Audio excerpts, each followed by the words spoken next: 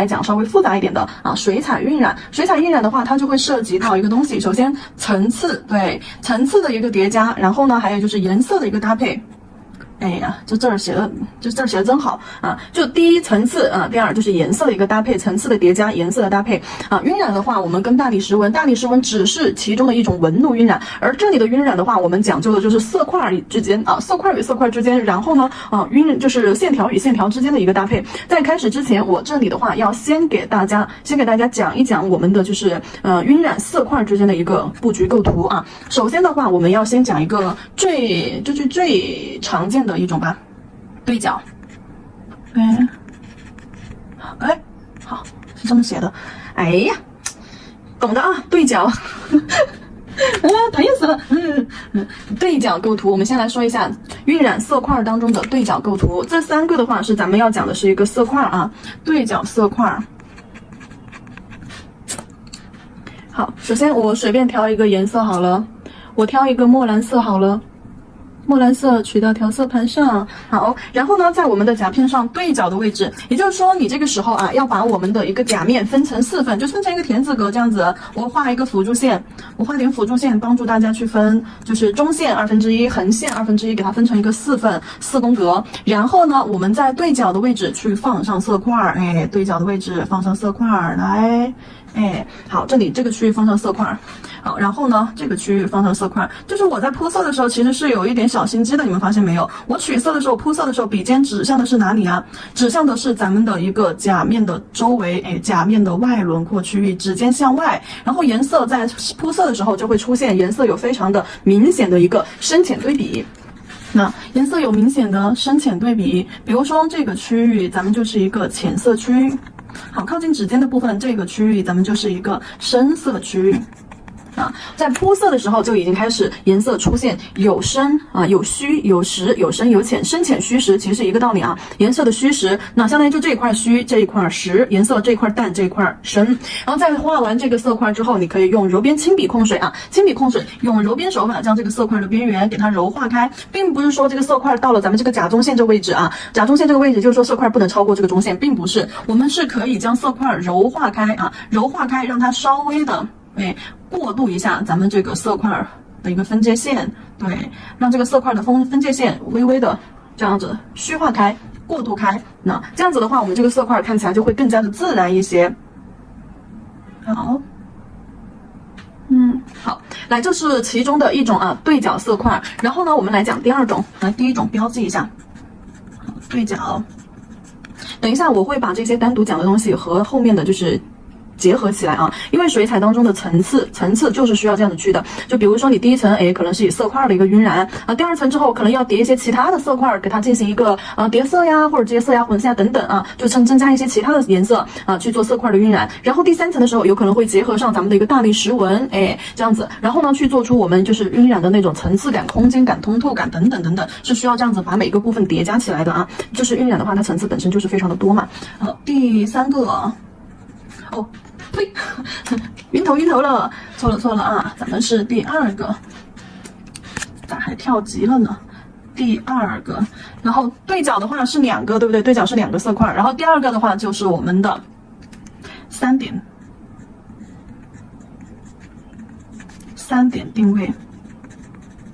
好，3点定位，那定的时候是提笔忘字啊，不对。3点定位，好，3点定位，我不是忘了，我是脑子有点糊，可能是。好，3点定位，我们来说一下3点定位是什么意思呢？在我们的甲片上去分出3个点来，那这3个点怎么去分呢？是竖着的3个点吗？那当然不是啦。晕染的话，我跟你们说，宝子们，晕染的话最切记的就是直线型的一个构图，就是不管是你的色块还是说你的线条，都不能够是这种大开，就是直线、横线、竖线、斜线，它一定是扭曲的。那这个色块的话，咱们也不能这样子竖着去并排出3个色块，对不对？啊，这种在晕染当中是大忌，就是晕染的话，它是一种非常柔美的状态，不是那种时尚感强烈的直线型的一个走位啊。然后呢，我们要让它扭曲起来，扭曲起来的话，那这3个圈、3个色块就得要这样子避开，对不对？所以说3点定位定的是哪3个地方呢？是肯定4个角肯定得要占2个嘛，对不对？4个角肯定得要占2个，比如说左上角。右下角啊，左上角、右下角、右上角和左下角这4个角一定是会占到2块的啊。比如说这儿，我这边选择的是这2个，然后这里形成一个三角啊，或者是我反向来这2个角落，哎，我要定，然后在这个它们的侧面终端的位置，这里去形成一个三角啊，这样子去定啊。我还是用一个颜色来表现一下啊，这里用棕色吧，棕色，好。棕色，首先在左上角这块区域，这里的话就要用到什么宫格来着？我要给你们画一下啊，画一下辅助线条，变成了一个6块腹肌。好，这里一个色块区域 ，OK， 然后呢，这里一个色块区域。那你看我的色块都不是很小气的，都是比较大气的啊，都是比较大块的色块，色块与色块之间它挨的还是比较近的。好，这里一个色块区域。OK， 然后呢，将色块晕染开，边缘过渡一下，色块的边缘一定要给它做雾化啊，不要让它边缘色块显得太过于僵硬了。颜色的过渡承接就用揉边的手法，并不是说像做渐变一样，一定要就是说颜色过无痕，并不是这个意思啊。晕染的话，把那个色块边缘雾化，是为了让这个地方承接的更自然一些啊。但是呢，又不像做渐变一样，就是颜色深浅虚实过渡的这么干净、自然流畅。它的这个过渡是带着一些颜色，就是说深浅有深有浅，有虚有实。完了之后吧，它可能还得带点颜色与颜色、胶与胶层之间、色块与色块之间的这种刷痕啊、纹路啊等等。所以说咱们在揉的时候，就是用打圈的手法去揉就可以了啊，打圈的手法去揉就可以了，让它的颜色之间并不用说像渐变一样过渡的这么干净，哎，留一点点层次颜色的。好，加深一下颜色中部。颜色的深浅对比，像这一块深浅对比就不够啊，要在中间给它叠一层色块，它这个对比才够嘛。OK。好，然后这个就是我们的3点定位，3点定位当然也可以反向来啊，比如说这里去形成了一个三角形，对吧？也可以反向来啊，这2个色块可以排在我们这边啊，左是这边这2个角，然后中间这块可以平移到这块来，形成这样子一个定位，也是可以的。那同样的道理，咱们的一个对角构图的话，咱们也可以选择这2个角啊，去进行一个构图，然后呢转换一下位置，扭一扭啊，转换一下位置就可以了。然后接下来再说一下。这种是对角构图，还有一个3点定位。其实晕染当中还有一个是5点定位，但是这个5点定位现在用的比较少了，只有在某个款式里面出现的会比较多。哪一个款呢？豹纹和玳瑁。豹纹和玳瑁，其实这里的话，我并不是很想去讲这个款式，因为的话，我觉得它的延展性比较差，就比较固定在某种款式里面了。晕染当中其实很少去用到这个5点定位的啊，除了豹纹款，还有那个玳瑁款啊这种色块，就比如花桃心等等。我可以等一下在纸上随意的展示一下。然后这里的话，我们来讲另外一种啊，就是单薄，就是这个色块的话啊，没有任何道理啊，它不讲道理，它有可能就是分段式的，也不是这种对角，也不是3点定位，它可能就是分段式。比如说你的甲面上可以这样横向分段，上中下分成3个段，每一个段位里面咱们都可以去进行一个色块晕染，然后呢也可以就是斜向的，然后这样斜着分3个段，而上中下就是在这个位置去做一个这个都可以去拆分啊，就这个斜向的对角这个右上角位置可以去做一个色块晕染，然后斜向的甲片中间位置可以去做个色块晕染，对应哪个啊？对应咱们的这个。有点像这个啊，也可以在指尖斜向月牙位置，咱们去做一个色块的晕染，对吧？除了横向的呢，那咱们就是也可以竖向，但是竖向的话用的太少了，还是刚刚那句话，就是说不要去做直线型的晕染，就咱们一般都是做横向或者是斜向的。斜向的晕染的话，会使得你的整个甲片的话看起来，就甲面的话，指甲看起来会有一种延展效果，显修长啊。特别是咱们做一些长款的时候，有时候斜向的一个构图会用的更多一点点啊，横向的会比较少，横向大多数都是用在咱们游离线这个位置去遮住咱们就是本甲和延长甲这个地方的一个接口位置，微笑线、游离线的位置。所以说，其实用的最多的还是斜向。那么我在这个地方的话，就给大家展示其中的一种。挑个漂亮的颜色，这里有一个绿色，有个蓝绿色啊，咱们用这个蓝绿色。好，我刚刚说的那3种位置啊，用中间这个吧。好，在中间位置刷一个色块，好，然后呢加深中部颜色色块，好，然后边缘轻轻的弱化，边缘轻轻的弱化，揉散开，好，这个其实就很像我们基础课当中啊彩绘构图当中的那个什么构图来着？空间构图，对吧？线条构图和空间构图，晕染其实同样也是适用那个构图的。当时讲那节不是有7节构图课吗？对吧？那个构图我当时讲的时候就说了，那个构图不只是说适用于我们画彩绘啊，画彩绘的时候，花卉啊、植物的时候去进行一个构图，咱们饰品粘贴以及晕染款都可以用刚刚所讲的一些构图。然后这个我们就称为第3种啊，第3种基础晕染，分段式构图啊，分段式构图。然后构图的方式的话，我在这边再给大家画出来啊，再给大家做一下示范。横向的分成3段啊，就比如说反向渐变晕染，就你们有没有做过那种就是那个熔岩咖啡的那种款，对不对？可能用棕色在后缘这里做一个色块晕染，指尖这个位置又接上一个乳白色的色块晕染，然后2个色块晕染在中段这个位置又形成了一个交接过渡，色胶与色胶之间有一点缠绕的那种纹路，就像是你们喝的那个熔岩咖啡一样，对吧？奶和咖啡的一个对撞，对吧？陨石拿铁啊等等，对吧？就那种纹路。然后这里的话就分成了1段、2段、3段啊，就这每一个空间都可以形成一个单独的色块晕染啊。然后除了这种的话，还有第2种，就除了横向的分段啊，斜向的分段。好，斜向的分段1、2、3。那刚刚这个图上面我们演示的就是哪一种呢？就是这个斜向分段的中端位置，对吧？咱们也可以在咱们后缘这个位置做一个斜向分段式晕染啊，指尖这个位置也可以。不过呢，我们是坐在了中段的这个位置。然后举一反三嘛，举一反三。然后我们可以就是等一下你也可以这样反向的，对吧？分3个段，反向的线条。那又是一个新的一个布局构图，就所以说其实咱们学到的是一个方法啊，方法之间，然后你去追加一些其他的元素进去，或者是方法与方法之间去产生一个搭配的时候，你就会发现它其实运用起来的话就非常的变化多端，就你怎么去拆分搭配一下，它又是一个新的构图。所以说，但是呢，在这些就是就是多元化的一些元素之前的话，就是一些非常基础的一个技能，就是在这种基础的一个理论上面，然后呢，你再去做一些多元化的东西啊，比如说像这个，你这个晕完了之后，直线晕完了之后，你会不会又想到 S 型，对吧 ？S 型，在这个位置去举个例子吧。像这种3点定位和这个其实都能够激发你们的 S 型，因为啥呢？我给你们分个位置出来啊。3点定位它对应的就是这个地方啊，这3个点是空的点，对不对？这3个点空的点，那么你觉得它连起来是个啥？我们是不是可以在这个空间里面去做一些 S 型的，或者是什么呢？或者是咱们可以加上哪一个？昨天讲的构图当中的 V， 对不对？V 字形。V 字形大理石纹，你用这3点定位的色块，3点定位的色块在这3个地方，对吧？去做一些就是比如说底色之类的呀，或者是你去做一些乳白色，乳白色去做一些晕染色块，这3个位置乳白色晕染色块，然后呢再用一些其他的深色去做一个大理石纹的晕染，对吧？成一个 V 字形，这里是不是就一个整套的搭配的款式就来了？这个等一下我们再给大家在甲片上去做演示啊，现在在纸上讲理论。然后像这个对角的这个色块，那中段流的这个区域，不好意思虚了，中段流的这个区域来参考一下，是我们昨天讲的这个，对不对？单线的一个大理石纹线条，对吧？分成了一个对角的色块区域。这里讲到这里的话，大家能够明白了不？那像这个色块，是不是就形成了一个对角留出来的空隙，对吧？是不是可以跟其他的颜色去进行一个搭配？所以说到这里的话，你就已经开始实现我们后面说的组合。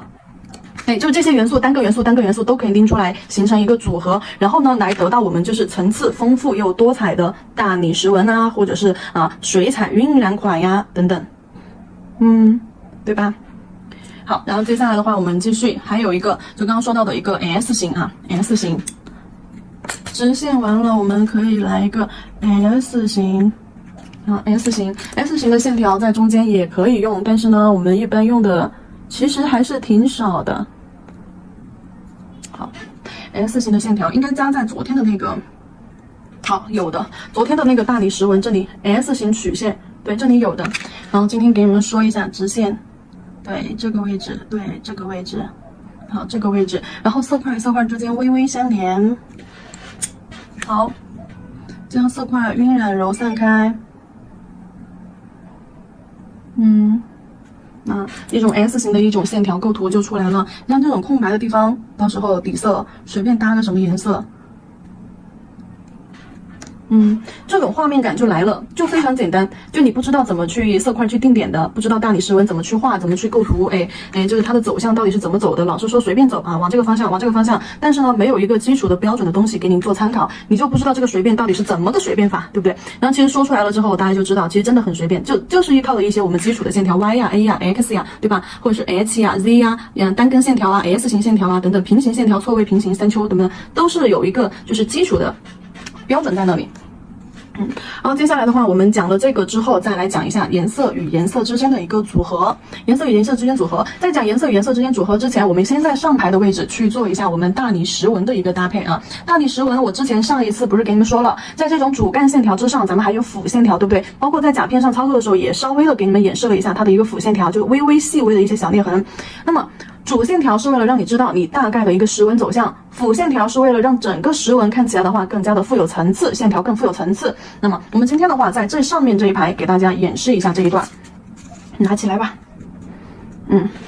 刚刚这个第一个甲片是我之前涂了磨砂封层啊，然后我不打算涂就直接用吧，但是第一个涂了磨砂封层，我们还是就这样吧。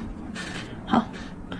首先的话，我们可以选一些颜色，就随便哪个颜色都可以，我们就用调色盘上这种单色，好不好？就是懒得去调了。比如说的话，我可以用这个焦糖棕，我可以用这个焦糖棕，好，焦糖棕，咱们来做一个就是大理石纹的一个线条走势啊。这个大理石纹的话，做一个 Y 型，边缘粗。好，线条细溜溜的拉过来，好，靠近边缘地方有加粗，中间细，靠近边缘地方粗啊，然后这里线条连接出去，好，靠近边缘地方加粗，然后线条交接处这个地方色块加粗，好，这个做的是一个 Y 型的一个色块，然后将这个大理石纹出的地方啊，线条出的地方打圈，晕染，柔化开。好，打圈，笔尖指向线条粗的地方，颜色内侧，避免就是说咱们等一下。颜色揉没了，出没有线条的一个粗细，颜色的虚实深浅对比，所以说笔尖永远都是指向最深处啊。线条中间虚一点，有种是虚非实的那种感觉啊，断断连连的那种感觉。水圈擦掉，如果说不喜欢这种水圈，把水圈擦掉。好 ，Y 型的这种大理石纹构图完了之后啊，看一下你想要给它配一点点。什么样的就是那种辅线条啊？咱们做颜色叠加可以在这个焦糖棕的前提下，焦糖棕你会发现它有点偏橘红，对不对？比这种深棕要稍微的鲜亮一点。当然，这个焦糖棕加上黑色啊，加上黑色之后就会变成我们这边的一个深棕色啊，深棕色，焦糖棕加黑色就会变成深棕色。然后呢，为了显示颜色的层次，颜色的层次肯定是一般比较不容易出错的，除了黑白色啊，黑白色百搭嘛，画线条的时候黑白色百搭。除了这种不容易出错的黑白色，还有一种就是咱们随便怎么做都不会出错的，就是同色系，同色系里面去找到它颜色不同浓度的一个对比。就比如说这个就是棕色系里面的焦糖棕，那么我就会去找比它深一点的深棕色啊，深棕色就这个颜色，或者是褐色，就黑色再多一点，棕色再少一点的褐色，去给它做一个层次的叠加。这种就是同色系里面啊去做的一个叠色，这种也是不容易出错的，就在视觉上就已经让人觉得也很舒服了。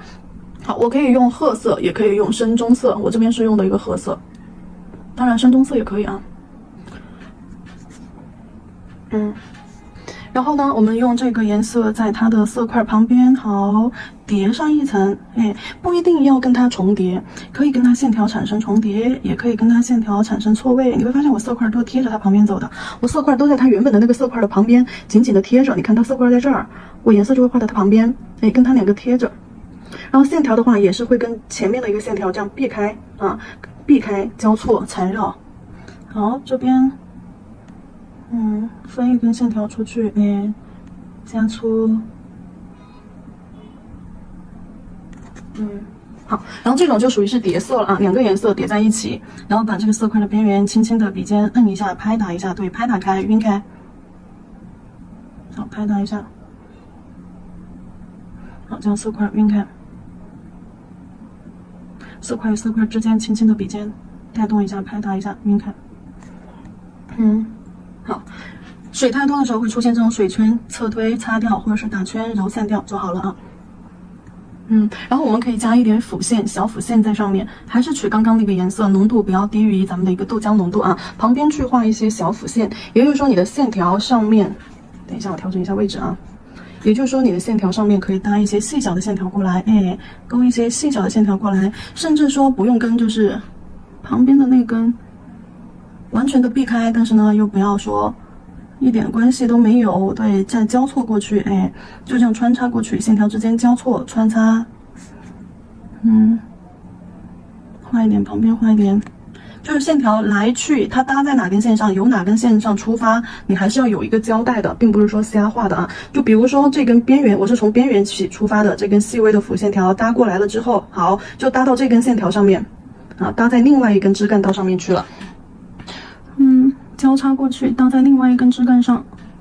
然后我也可以看一下，我看一下哪个地方我还能区分啊，哪个地方还能区分。好，这个地方我可以区分一个啊，因为这里有个三角区域，好，分下来。然后在这个位置，我可以搭一根搭到边缘上去，然后这样子去看起来好像中间这个线条显得有点孤独哈，有点孤独。那么我们可以从旁边从边缘搭一根线条过来，好，就是跟它产生一些错位啊、交错啊线条，就这样。在它的旁边绕啊绕，然后这里的一个转折，看到这里有一个线条的一个转折，对不对？这个转折在这里其实显得就有点突兀，就觉得一般产生转折的地方就会有新的裂纹出现，所以说在这个转折之上，你可以搭一点非常虚弱的线条，不要忘了交接处粗啊，线条交接处粗，好，搭一点点非常虚弱的线条。就是饰断飞廉的那种感觉，搭到外边缘去。好，然后这种的话，这种效果就是它那种冰裂纹就不再是单独的一根主干道了，而是旁边有一些非常复杂细碎的小冰裂，就冰块裂了、晕开了、裂开了，它肯定是会有一个主干道线条的一个主干道，然后呢旁边有非常小的一些小裂纹辅助着它，所以说咱们再去画的时候，肯定这种也是一种表现形式，最基础、最原始的表现形式。为了让它更加丰富一些，线条丰富一些，咱们就可以在上面去搭一点这种旁边的辅线条，但是不要加太多。加太多了之后会显得乱，除非什么？除非你把层次做出来。好，这是其中一种啊，我们继续。再给大家，我想一想，再给大家演示一个其他配色的。咱们现在是在讲配色啊，在同时也是在讲这里这一排的话，我们在讲大理石纹。打雷啦！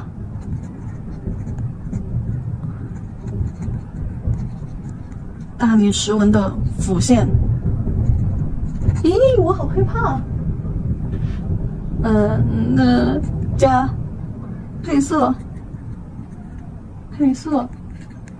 大理石纹的辅线加配色，像这个就是同色系的一个配色啊，同色系这就是一个焦糖棕，这是放炮还是焦棕加上深褐。属于是一个同色系的搭配啊，然后我们再来看一下同色系搭配过了之后，就同色系再举一个例子在旁边吧，再举个例子，就什么叫同色系？咱们用这个蓝色来举例子，然后用另外一种纹路 Z 型纹路比如说边缘色块，好，搭到边边上，好，出去，好。那这个就是一个 Z 型的纹路，就是对应的是我们昨天的这个Z 型，好，给它晕开，色块深的地方就这样给它晕开，保留它的枝干的方向的同时里面揉来它整个是个什么形儿都不知道了，那肯定不行的，保留它线条的一个走势。就揉线条粗的地方，色块多的地方，像中间线条比较细的地方，你就不要去揉。好，这个做完了之后，比深褐色还要再深的颜色，比深蓝色、墨蓝色还要再深的颜色，那肯定就是在它里面去加黑色，再加大量的黑色，多的黑色，多加黑色，加完了之后就是纯黑色，就在这个颜色里面，我们再去加一点黑色，把它的颜色再暗一些，就是同色系同色系你一定要有颜色深浅对比。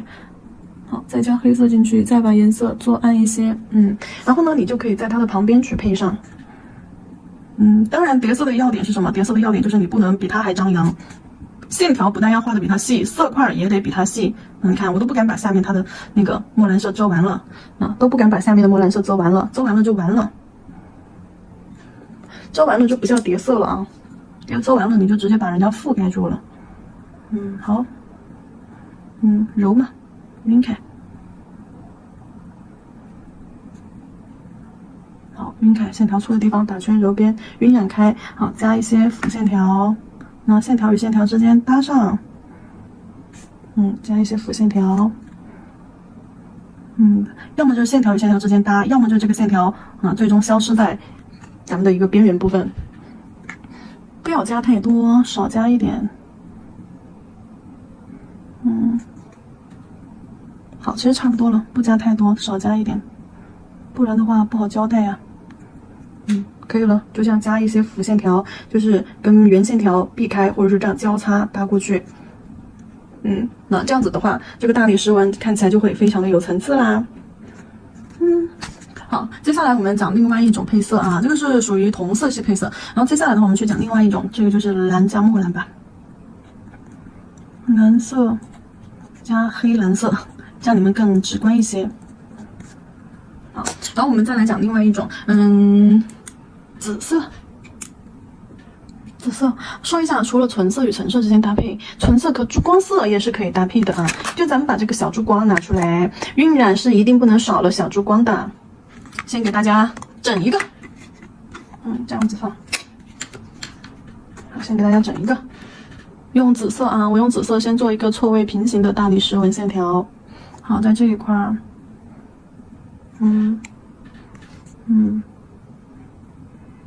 好。色块中间深一点有深浅。好，然后呢，把这个紫色边缘柔化开。紫色的边缘柔化开。好，线条是不是要给它加深呢？可以啊。我们这个紫色的话，你就可以来紫色，咱们去用到一个同色系啊。紫色取出来，把紫色你肯定用浅一点的，肯定不行了噻，这个颜色已经比较浅了，那么你肯定是要在上面去叠色，要叠深色，叠色肯定是要叠深色。深色是什么呢？那就紫色加黑色呗，对吧？紫色加黑色。好，调颜色浓一点。来，在中间把色块加深。不但要加色块，你还得把线条顺带加一加。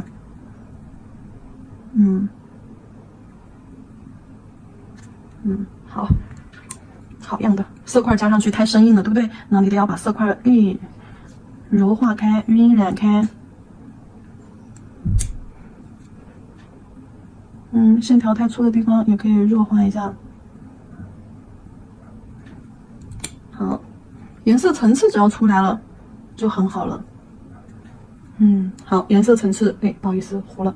颜色层次出来了就好了。然后呢，你要在里面再加一点珠光色。珠光色的话，这里是用到的紫色，这里是用到一个同色系啊。珠光色这里咱们可以用紫色啊，当然用紫色是没有错的。我跟你们说一下，同色系里面咱们搭配这个紫色珠光。紫色珠光是完全没有错的，简直就是天作之合。但是如果说你想要让它整体更粗挑一些，咱们可以去搭一个宁静色，就是颜色色彩搭配当中，在基础课里面有讲，基础课第2章节就是7节调色课，调色课当中就有这个关于色系的一个搭配。刚刚前面我们都是用的同色系那现在如果说我要在这个同色系基础上面用宁静色系去搭配，宁静色系在色相环旁边的但是这个颜色紫色旁边的邻居，紫色旁边的邻居是谁？红色和蓝颜色，对不对？红色我就不用，我就用蓝颜色好了蓝色和红色都是紫色的邻居，那么我们这里用一个蓝颜色的珠光搭配上去看一下啊。